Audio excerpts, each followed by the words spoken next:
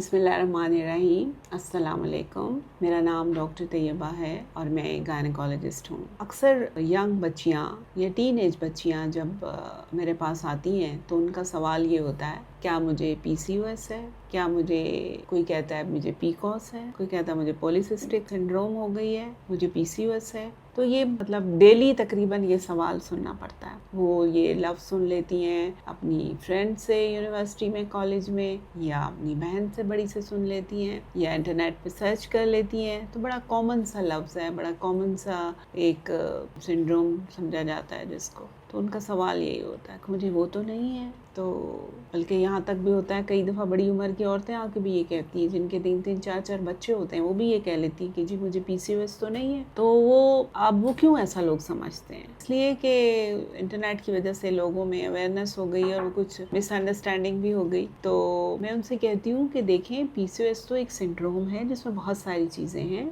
लेकिन उसमें सिम्टम्स कई हैं, और जब तक कि वो सिम्टम्स 2-3 सिम्टम्स इकट्ठे नहीं होते, आप किसी को ये नहीं कह सकते कि आपको ये है पॉलीसिस्टिक ओवेरियन सिंड्रोम है। यूजुअली जो लोग प्रेजेंट करते हैं जिन सिम्टम्स के साथ, वो होता है कि उनके पीरियड्स रेगुलर नहीं हैं, पीरियड्स आ रहे हैं तो बहुत ज़्यादा आ रहे हैं, या बहुत देर से आ रहे हैं, या फिर बहुत कम आ रहे हैं, और फिर उसके बाद ये है कि वो रुकते ही नहीं, लंबे चलते हैं। So all these type of symptoms. और उसके साथ क्या है? उसके साथ ये है कि हेयर ग्रोथ ज़्यादा हो जाती है, हिर्सुटिज्म जिसको कहते हैं, स्पेशली फेशियल हेयर ग्रोथ, जिसके साथ लोग बड़े तंग होते हैं, और स्कैल्प का हेयर भी थिन हो जाते हैं। उससे भी ज़ाहिर है एक मुश्किल हो जाती है ख़वातीन को। एक्नी फेस पे ज़्यादा हो जाती है, ऑयली हो जाती है स्किन। उसके अलावा हम देखते हैं कि इसमें वेट गेन है लड़कियों में बहुत ज़्यादा, और वेट गेन ज़्यादा है, वो वेट गेन ऐसा है जो कि फिर जाता ही नहीं। आप रिड्यूस करना चाहें तो, क्योंकि ये एक हार्मोनल इम्बैलेंस है, तो वेट नहीं जाता फिर। और उसके साथ साथ कुछ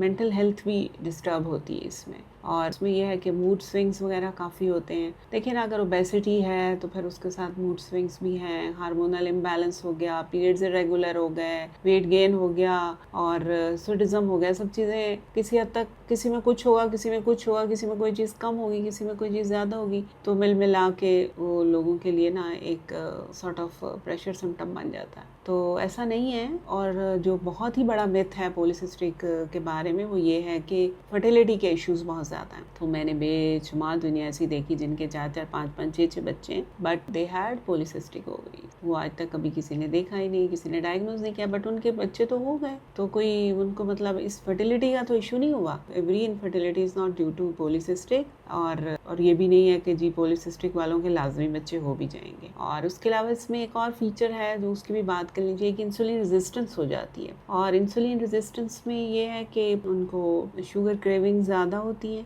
in the long run insulin resistance की वजह से बढ़ती जाती है, तो लोग इन द फ्यूचर डायबिटिक होने के चांसेस भी बढ़ जाते हैं। तो इससे मल्टीपल चीज़ें हैं जो इससे कुछ इससे रिलेटेड हैं, कुछ रिलेट कर ली जाती हैं, कुछ मिथ्स हैं इसके बारे में। तो मैं इसी बारे में बात करना चाह रही थी। उम्मीद है कि आप लोगों के कुछ कॉन्सेप्ट्स क्लियर हो गए होंगे इससे। Okay, thank you very much.